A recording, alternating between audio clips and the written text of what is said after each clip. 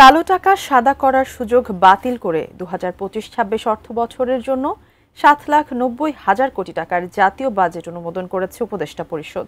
চূড়ান্ত অনুমোদনে তেমন কোনো পরিবর্তন না থাকলেও বেড়েছে সামাজিক নিরাপত্তা খাতের বরাদ্দ। মাহাদি সেকেন্দারের রিপোর্ট।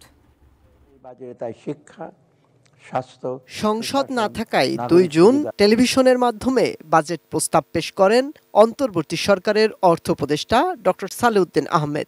গত অর্থ বছরের চেয়ে 7,000 কোটি টাকা কমিয়ে বাজেটের আকার ধরা হয় 7,90,000 কোটি টাকা। আমরা যে সকল কার্যক্রম গ্রহণ করেছি, রোববার যমুনায় উপদেষ্টা পরিষদের বৈঠকে বড় কোনো পরিবর্তন ছাড়াই প্রস্তাবিত বাজেটে অনুমোদন দেয়া হয়। সংশোধনীতে সামাজিক নিরাপত্তা খাতে বরাদ্দ বেড়ে হয়েছে 91,000 কোটি টাকা। কমানো হয়েছে পেট্রোলিয়াম পণ্য, হার্টের রিং, চোখের লেন্স ও হাসপাতালের যন্ত্রপাতির আমদানি শুল্ক। কমেছে সোলার ইনভার্টার আমদানি শুল্ক, ফলে কমবে এসব পণ্যের দাম। RICL TMX, যুগের পর যুগ স্থাপনা থাকে মজবুত। দুপুরে সচিবালয়ে বাজেটের চূড়ান্ত অনুমোদন নিয়ে আয়োজিত সংবাদ সম্মেলনে এনবিআর চেয়ারম্যান আব্দুর রহমান খান বলেন, কালো টাকা সাদা করার সুযোগ না থাকলেও বাড়তি শুল্ক দিয়ে সাদা করা যাবে অপ্রদর্শিত অর্থ। যেটা বিল্ডিং এবং অ্যাপার্টমেন্টে স্কয়ার মিটার অনুযায়ী ট্যাক্স দিয়ে যে কালো টাকা সাদা করতো, তাতে রেগুলার ট্যাক্সের চেয়ে অনেক কম ট্যাক্স দিয়ে তারা পার পেত। সেটা আমরা এবার 5 গুণের মতো বাড়িয়ে দিয়েছিলাম।